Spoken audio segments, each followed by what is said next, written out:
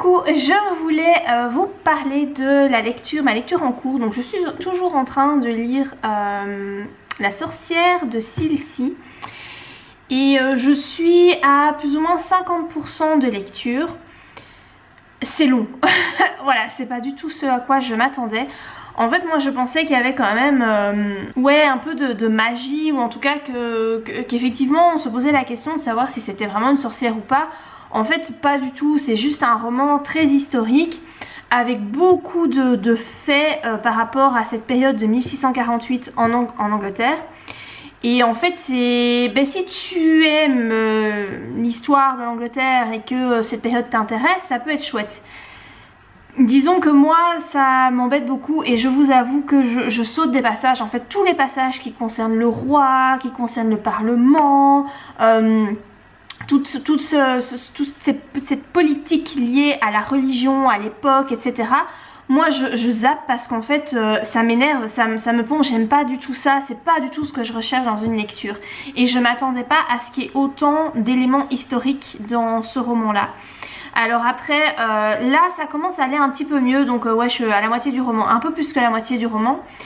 Là ça commence à aller un peu mieux parce que on voit, donc on suit une héroïne donc qui s'appelle Alinor et elle a 27 ans et en fait elle est dans une situation très délicate parce que elle a 2 enfants et son mari l'a abandonnée, est parti, il l'a laissée voilà comme ça sans argent, sans rien. Et il faut savoir qu'à l'époque, la réputation d'une femme c'est tout ce qu'elle avait, et là elle n'est plus une épouse, elle n'est pas non plus une veuve puisque son mari, on ne sait pas s'il est mort, s'il n'est pas mort, on n'en sait rien. Et donc du coup elle est dans une situation pas géniale. Et elle n'a pas d'argent, elle est pauvre et voilà, elle est très mal vue par la communauté. En plus elle est guérisseuse, donc elle a pas mal de connaissances par rapport aux plantes. Elle arrive aussi, elle est ce qu'on appelle une accoucheuse, donc quand il y a un bébé qui doit arriver, c'est elle qu'on appelle pour venir mettre au monde le bébé. Et du coup les gens commencent tout doucement à lui prêter un peu des pouvoirs parce qu'ils se disent que voilà, si son mari est parti, c'est peut-être qu'il y a une raison. En plus elle arrive à faire des choses avec les plantes, etc. Il y a aussi une espèce de rumeur qui circule sur elle comme quoi elle est capable d'émasculer un homme. Et en fait là je suis vraiment donc un peu plus que la moitié et on voit que les rumeurs commencent à s'amplifier de plus en plus. Parce que vraiment elle commence à avoir de l'argent aussi, parce que bon voilà, elle travaille, elle essaye de faire vraiment son maximum, donc elle arrive aussi, bon elle se met dans des situations parfois pas géniales, mais ces situations là lui permettent de gagner pas mal d'argent et les gens commencent à se poser des questions, savoir comment elle fait pour obtenir comme ça tout cet argent. Là je suis arrivée au moment où en fait sa fille voudrait bien se marier, donc sa fille elle a 13 ans. Et donc elle aimerait bien se marier avec le fils d'une ferme. Et voilà, je suis à ce moment là. Alors sa fille et elle se mettent parfois dans des situations où tu te dis, t'en rajoutes une couche quoi. En même temps c'est un roman, il est pas agréable à lire. Je vous avoue qu'en fait il n'y a rien qui peut sortir de bon. Je sais pas du tout comment ça va se terminer, hein, aucune idée. Mais moi je me dis que ça va se terminer par un drame. Je pense qu'elle va finir sur le bûcher, c'est pas possible parce qu'en fait là ça ne fait qu'empirer. Au plus les chapitres avancent, au plus il y a d'événements qui surviennent, qui sont contre elle. Et en plus c'est un petit peu révoltant, enfin même beaucoup révoltant. Surtout quand t'es une femme et que tu lis ça, mais je pense qu'un homme serait révolté aussi. Mais tu vois vraiment que la condition de la femme à cette époque là, elle est vraiment merdique parce que la religion guide le peuple et vraiment la femme est pécheresse par nature, d'office. Elle est pas, une femme n'est pas innocente. Au moment où elle naît, elle est déjà pécheresse. Voilà, merci Ève qui a croqué dans la pomme. On adore, hein. Bon, voilà, moi j'ai beaucoup de mal avec la religion catholique, hein. Je vomis cette religion, mais bon. Donc du coup en fait elle, vu que c'est une femme, elle a juste rien à dire et en plus elle doit se montrer très humble, très digne. Et d'office en fait elle a tout le monde contre elle parce que de toute façon c'est une femme et voilà, aucun de ses comportements ne peut être excusé. Donc du coup en lisant ça, moi là je suis en train de me dire en fait elle a aucune solution quoi, d'office ça va mal tourner pour elle parce qu'elle a pas de je vois pas comment elle pourrait s'en sortir.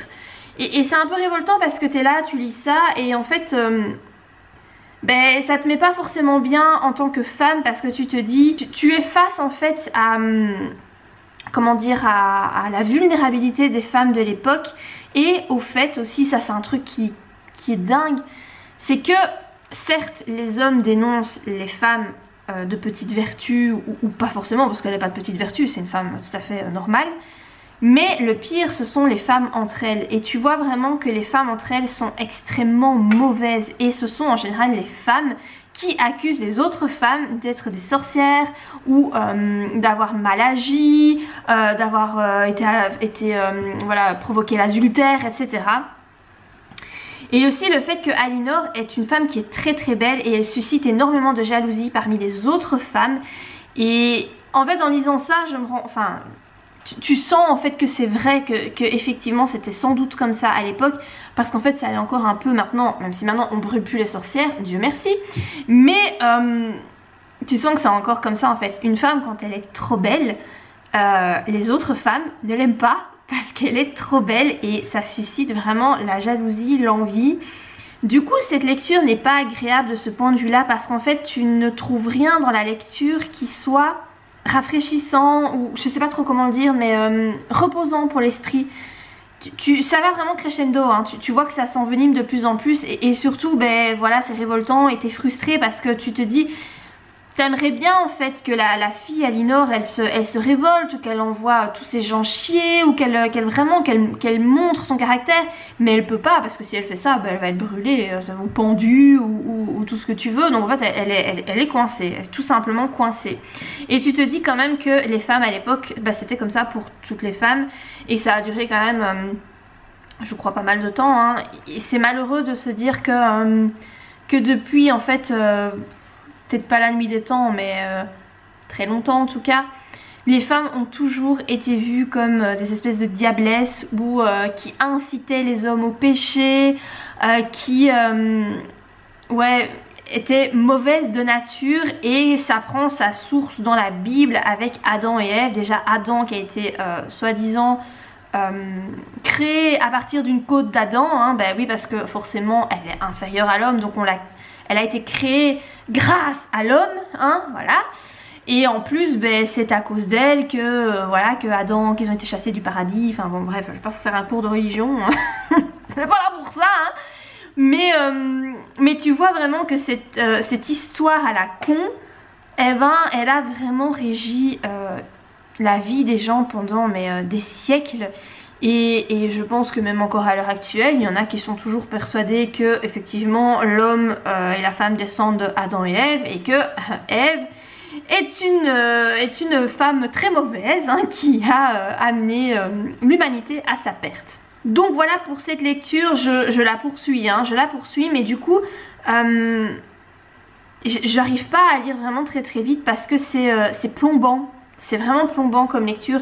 Si vous avez envie d'un truc léger, je vous conseille pas du tout ce roman là parce qu'il est pas du tout léger. Et puis tout l'aspect historique, enfin moi je saute les passages en fait, hein. Je les saute parce que franchement je m'en fous. Moi j'ai juste envie de savoir ce qui va se passer pour Aliénor. Il n'y a que ça qui m'intéresse dans l'histoire. Tout ce qui est en rapport avec le parlement, le roi, machin, enfin voilà, je m'en fiche complètement.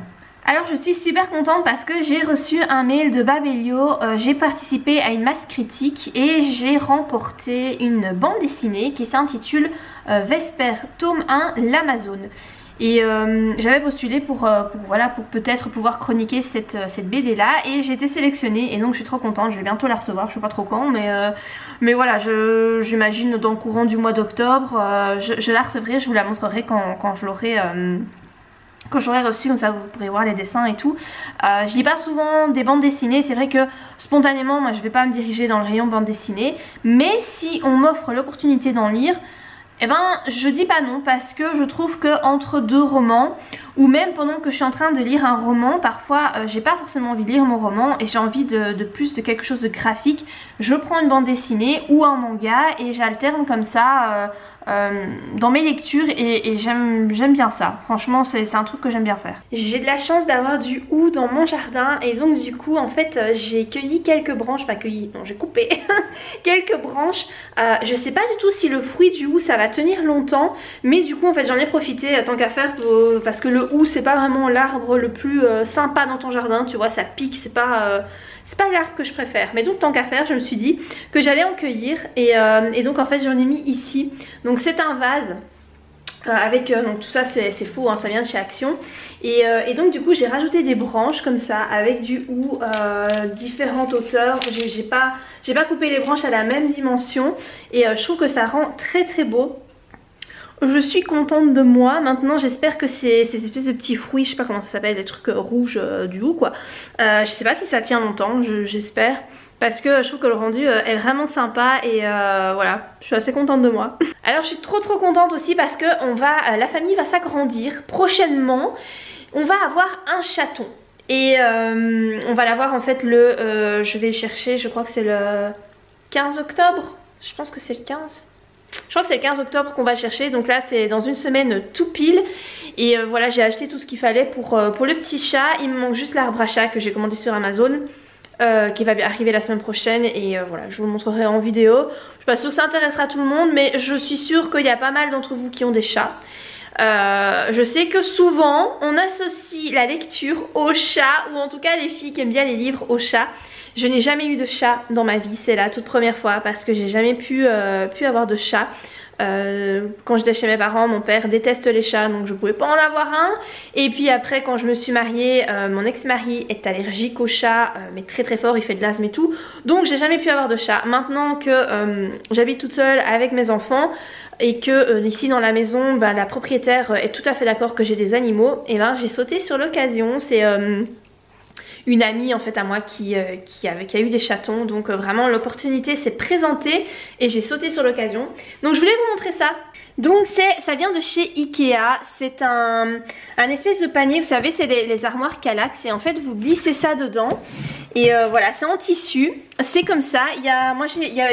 Vous pouvez l'acheter avec ou sans le coussin. Moi j'ai pris avec le coussin parce que voilà, pour que le petit chat soit plus à l'aise. Puis bon c'est prévu pour hein. Et donc vous avez le petit coussin qui est comme ça. Il est déhoussable et tout. Franchement c'est nickel. Il est pas très épais mais bon voilà, pour un chat je pense que c'est très bien. Je l'ai mis là dans mon armoire. Je trouve que ça donne trop bien. J'espère qu'il aura envie d'aller dedans. Et voilà, je trouvais que c'était vraiment sympa. Chez Ikea, ils ont maintenant, ou ça fait peut-être longtemps en fait, j'en sais rien parce que je vais pas souvent chez Ikea, mais ils ont une collection pour les animaux de compagnie. Et il y a quelques petits trucs comme ça pour les animaux. Et du coup, moi j'ai trouvé ça. Et vous avez plusieurs coloris. Hein.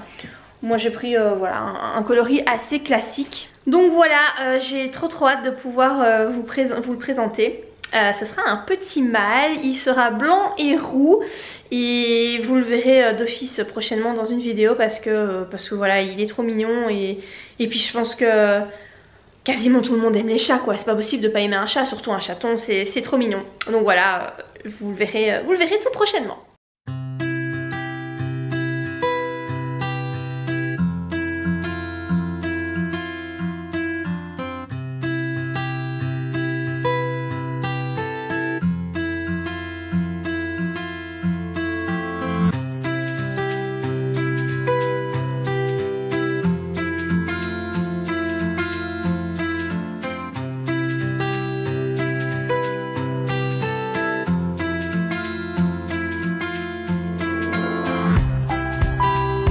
Je trouve que c'est un truc dingue, j'ai des framboises alors que là on est le 8 octobre et j'ai encore des framboises là qui poussent et en plus elles sont vachement grosses, elles sont plus grosses que cet été, en tout cas sur ce framboisier là.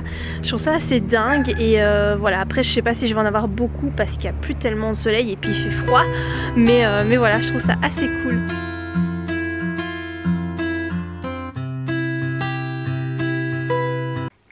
Je vous retrouve aujourd'hui pour déballer un petit colis que j'ai reçu. C'est un livre et qu'est-ce que c'est?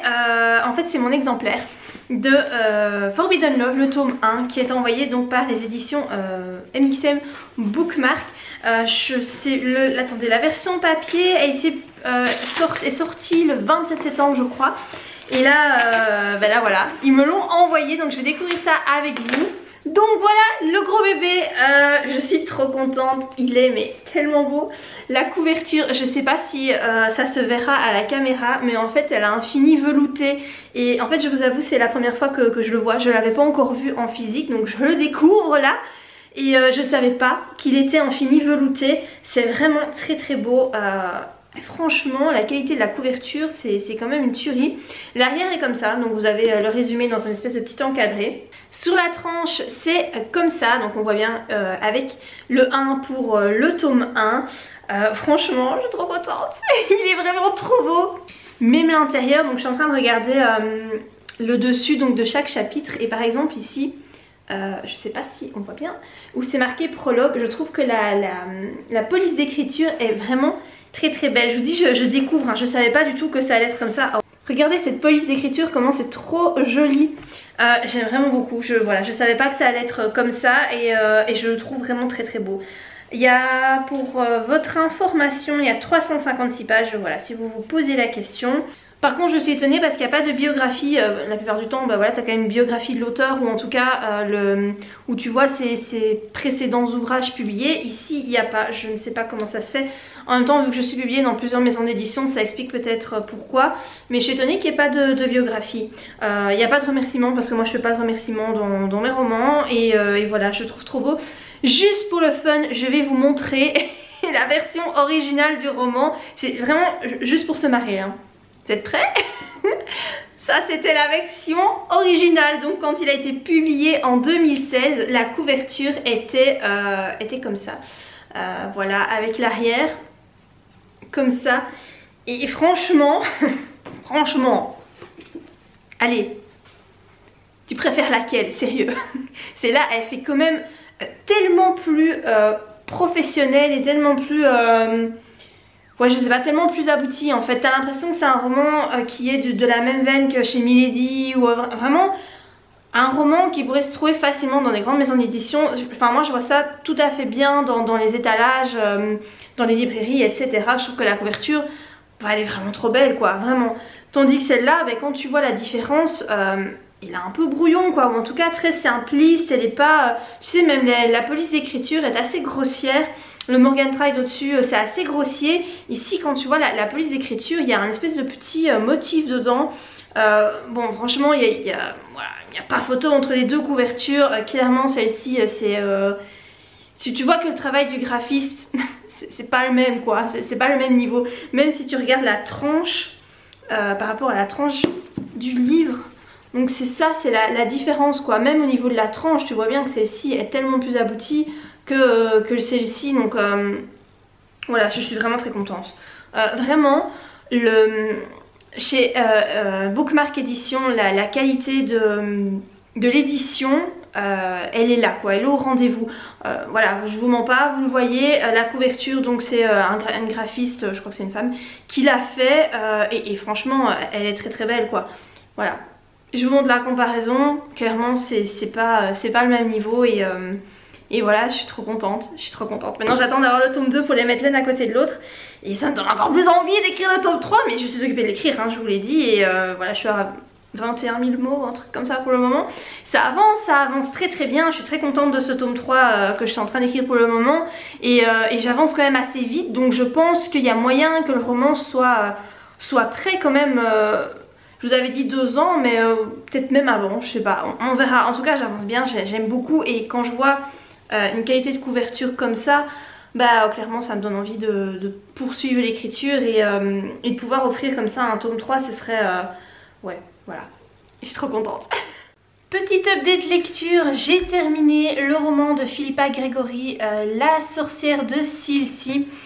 Alors je vous en avais déjà parlé donc dans je crois que c'était la dernière vidéo de mon reading vlog.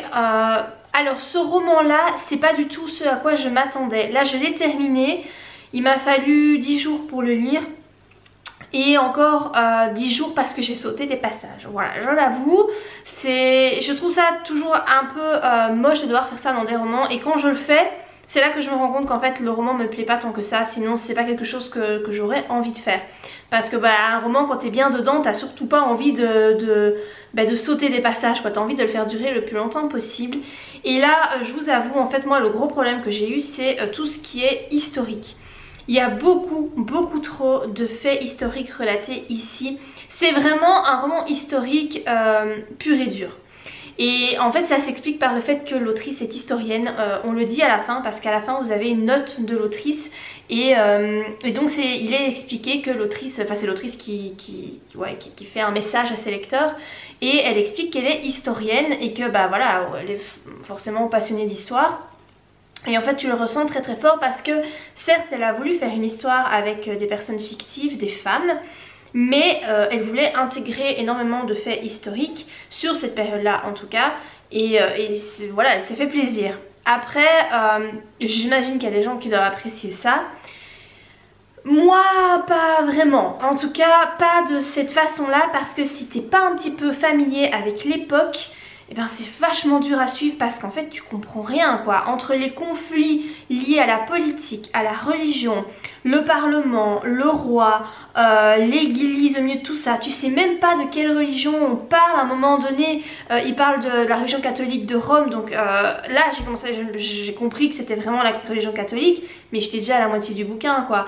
Et il parle de la religion protestante, donc mais ça vient tard dans le livre. Et en fait quand tu n'es pas du tout familier de cette époque là, que t'as pas de connaissances, mais en fait t'es paumé. Et ça c'est vrai que moi j'ai pas aimé du tout. Après, pour ce qui est de l'histoire d'Alinor, donc la femme qu'on va suivre dans cette histoire, ça j'ai trouvé intéressant parce que surtout à la moitié du roman, les ennuis commencent à arriver très fort pour elle et tu sens bien que ça va pas aller et qu'on va finir en fait par la traiter de sorcière. Tu sens qu'on va en arriver là. Et donc du coup tu te demandes comment ça va se passer parce qu'en plus elle se fout dans des situations enfin de merde quoi, voilà. Et tu te dis mais t'aurais pu éviter d'aggraver ton cas. Mais non, voilà, elle se met dans des situations pas possibles. Et en fait moi à la base je pensais que ce roman allait vraiment parler de sorcières. Il allait vraiment y avoir des faits ouais je sais pas, peut-être un peu de magie, ou tu sais, où ça te met un peu le doute ou quoi. Mais en fait pas du tout, c'est pas du tout une sorcière. C'est juste que c'est les gens à l'époque qui faisaient la chasse aux sorcières. Et que quand une femme n'avait pas de mari, qu'elle avait beaucoup de connaissances au niveau des herbes, etc. Très vite elle pouvait avoir la réputation de sorcière et être brûlée, ou enfin bref, être exécutée. Et donc voilà en quoi le roman parle de sorcellerie, mais en fait ça n'a rien du tout de magique. Et donc moi j'étais un peu déçue parce que je m'attendais à une lecture avec un petit peu de magie, ou en tout cas ouais un peu qui parle un peu de sorcellerie quoi, mais en fait pas du tout. Du coup c'était pas du tout ça à quoi je m'attendais, et en plus ça m'a plombé par rapport à tout ce qui était historique. Ces passages là historiques, je vous avoue, c'est ceux-là que j'ai sauté à un moment donné, j'en avais vraiment marre. Et tous ces passages là où vous avez un personnage à un moment qui retourne régulièrement à Londres pour essayer de régler certains problèmes avec le roi, ce passage là je les sautais parce que en soi ces passages là ne servent à rien dans l'histoire, parce qu'en fait ton fil rouge c'est Alinor, comment elle va s'en sortir parce qu'elle est dans une situation très délicate. Et tout ce qui est fait historique, en fait, ça n'a pas d'impact sur Alinor. Donc en fait, tu t'en fous quoi. Tu sens que l'autrice, oui, elle a voulu se faire plaisir. Elle aime l'histoire et elle a voulu faire un roman qui retrace des faits historiques. Et donc, voilà, c'est ce qu'elle a fait. Mais après, il y a peut-être des gens qui vont apprécier, il y a peut-être des gens qui adorent tout ce qui est historique. Moi, c'est pas que ça me dérange, mais là, c'était trop et trop compliqué à comprendre.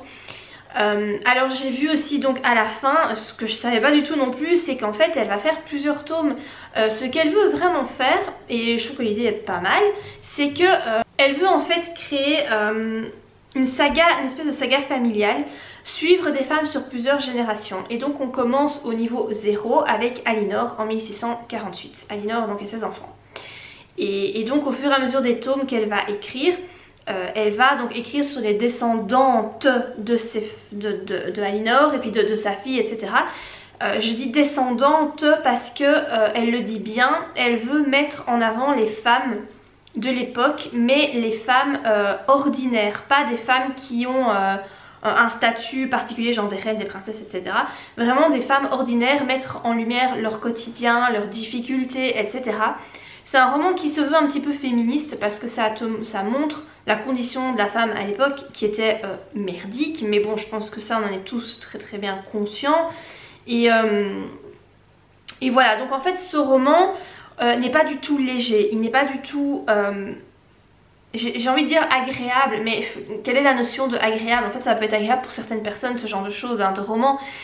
Moi ça m'a plombée en fait, parce que en fait tu es révoltée de lire ça, tu sais que ça parle de quelque chose qui a eu lieu, mais toi maintenant à ton niveau tu sais rien y faire, parce que ça s'est passé en 1648, les gens étaient archi cons, je suis désolée mais ils étaient archi cons. Et tu sais rien y faire parce que ça s'est passé et c'est tellement malheureux, tellement triste. Et encore une fois que c'est les femmes qui se sont pris plein la gueule, mais c'est révoltant en fait. Quand t'es une femme, enfin voilà, c'est révoltant et tu lis ça et en fait tu ne sais te dire que bah oui ça a eu lieu et c'est dommage, tu sais rien faire. Donc voilà, moi c'est vrai que ce roman du coup c'est un peu en demi-teinte quoi, hein. Je suis pas...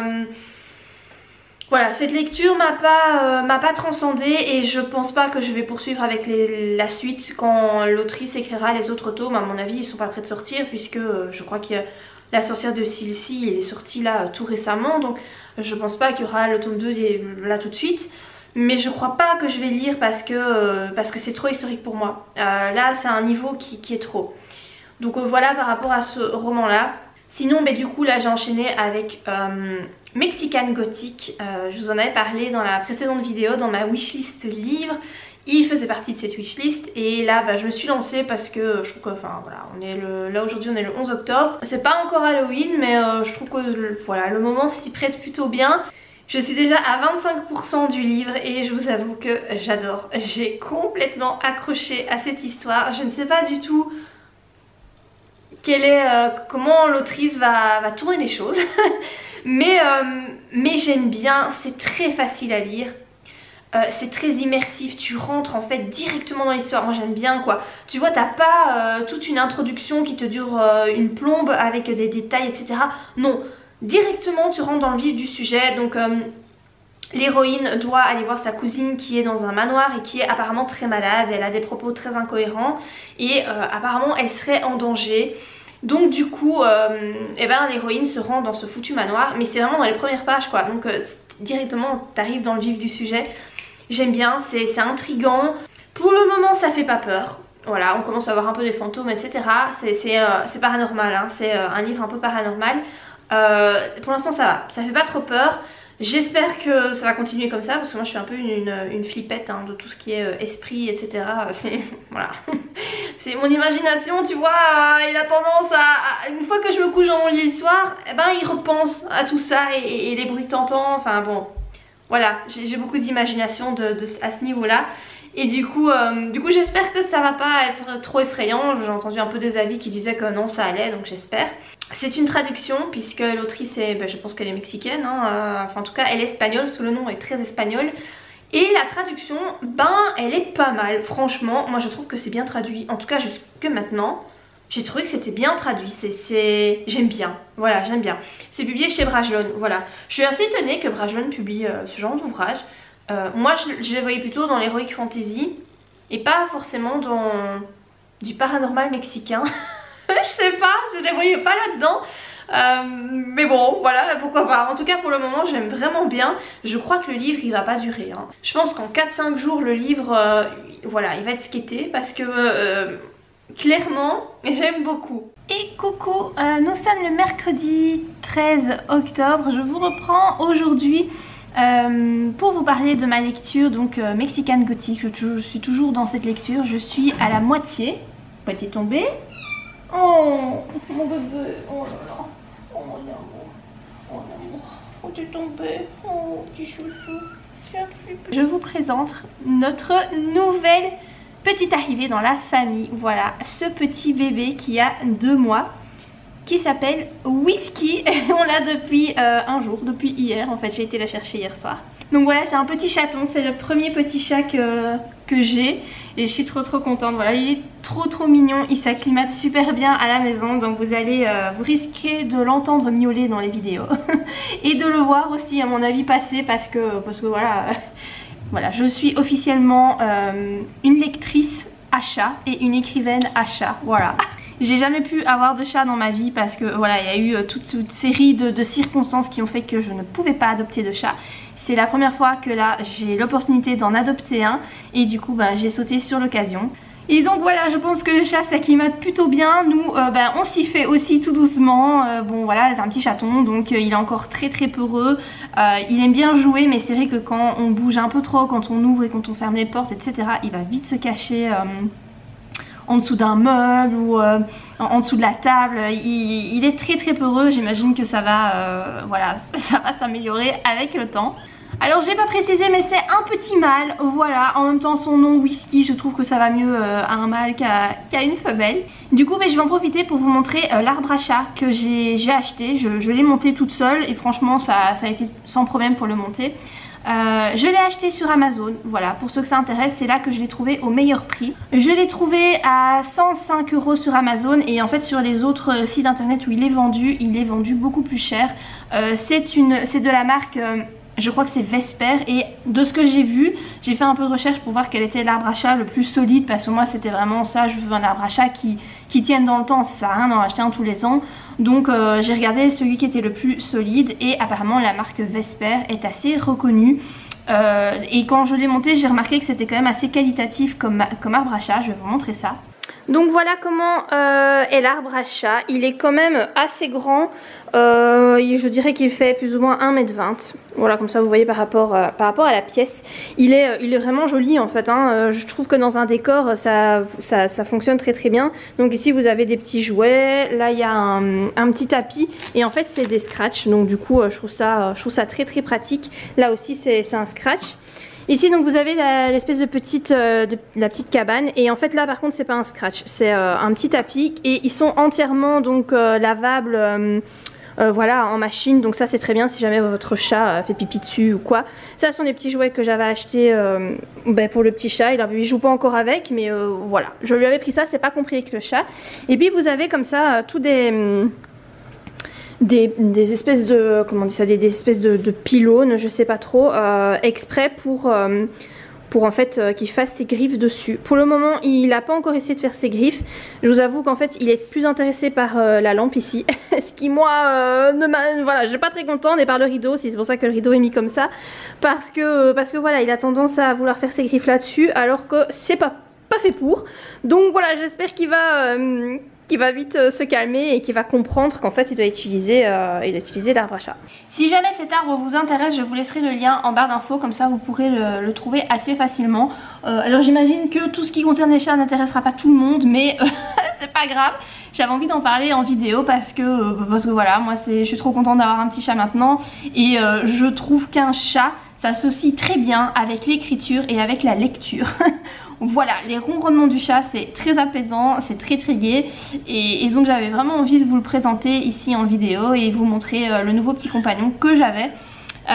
Au début de l'année 2021, j'avais dans mes objectifs d'adopter un animal et je ne savais pas encore si je voulais adopter un chat ou un chien. Et je m'étais dit que j'allais voir en fait les opportunités qui se présenteraient et en fait c'est un chat qui s'est présenté.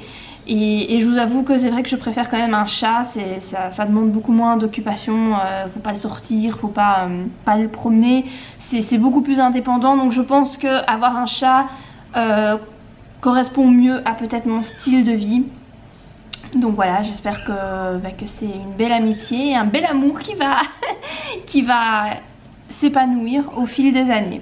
Alors par rapport à la lecture, je suis toujours dans Mexican Gothic, là je suis à la moitié, pile poil la moitié du roman et j'aime toujours autant. Après, en fait ce qu'il y a c'est que donc l'héroïne principale se rend dans ce fameux manoir parce que sa cousine est très malade, donc sa cousine s'est mariée avec le propriétaire des descendants du propriétaire de ce manoir et donc elle est partie vivre là avec son mari, avec la sœur de son mari, le fils de la sœur de son mari et le patriarche. et elle est tombée très très malade et donc l'héroïne va la voir parce que elle a écrit une lettre qui est très très bizarre. Apparemment elle voit des fantômes, elle entend des voix, etc. Elle va pas bien du tout. Et donc l'élément central c'est quand même cette fameuse cousine qui est malade. Et je trouve qu'il y a énormément de passages qui se déroulent sans cette cousine. En fait le sentiment que j'ai c'est que Noémie, donc l'héroïne principale, ne va pas très très souvent voir sa cousine. Et bon voilà, je sais pas, je trouve ça un peu bizarre. Après l'histoire est toujours géniale, moi j'aime bien, franchement je dévore ce roman. Mais vraiment jusqu'à présent ça fait pas peur. Il y a quelques petits éléments surnaturels, etc. Entre autres des rêves un petit peu space et un peu horrifiques. Mais ça va, ça fait pas... en tout cas pour le moment ça fait pas trop peur. Mais bon, je suis qu'à la moitié et en général c'est la fin qui fait peur. Donc on verra. C'est une lecture que je vous conseille vraiment pour la saison. Je la trouve... pour le moment, moi j'ai rien à en redire. J'aime vraiment beaucoup. Après, si vous êtes adepte des romans horrifiques, très très horrifiques, je crois que ça, vous allez juste avoir envie de rigoler parce que ça fait pas si peur que ça. Mais si vous n'êtes pas trop adepte de ce genre de roman, que vous avez vite peur, eh ben je pense que ce roman c'est un bon compromis parce qu'il est intriguant, il y a un peu de paranormal, mais en même temps vous n'avez pas les chocottes non plus. Moi en tout cas jusqu'à présent c'est un roman qui me convient totalement et je serais prête franchement à en lire d'autres dans ce goût là parce que ça me plaît vraiment beaucoup. Je verrai en fonction de la fin comment ça se passe, si la fin est à la hauteur de mes attentes, j'espère. Ce serait dommage que la fin soit bâclée ou soit pas cool. On verra bien. À mon avis je vous dirai ça dans un prochain vlog parce que je pense que je vais clôturer celui-ci ici parce que ça fait une semaine, je crois que j'ai commencé mercredi passé. Je vais donc clôturer cette vidéo, ce petit vlog, reading vlog ici. J'espère qu'il vous a plu. Si c'est le cas, n'hésitez pas à liker la vidéo, à me dire que vous aimez ce genre de vidéo et à me suivre aussi, vous abonner sur Instagram, sur YouTube, tout ça. À bientôt!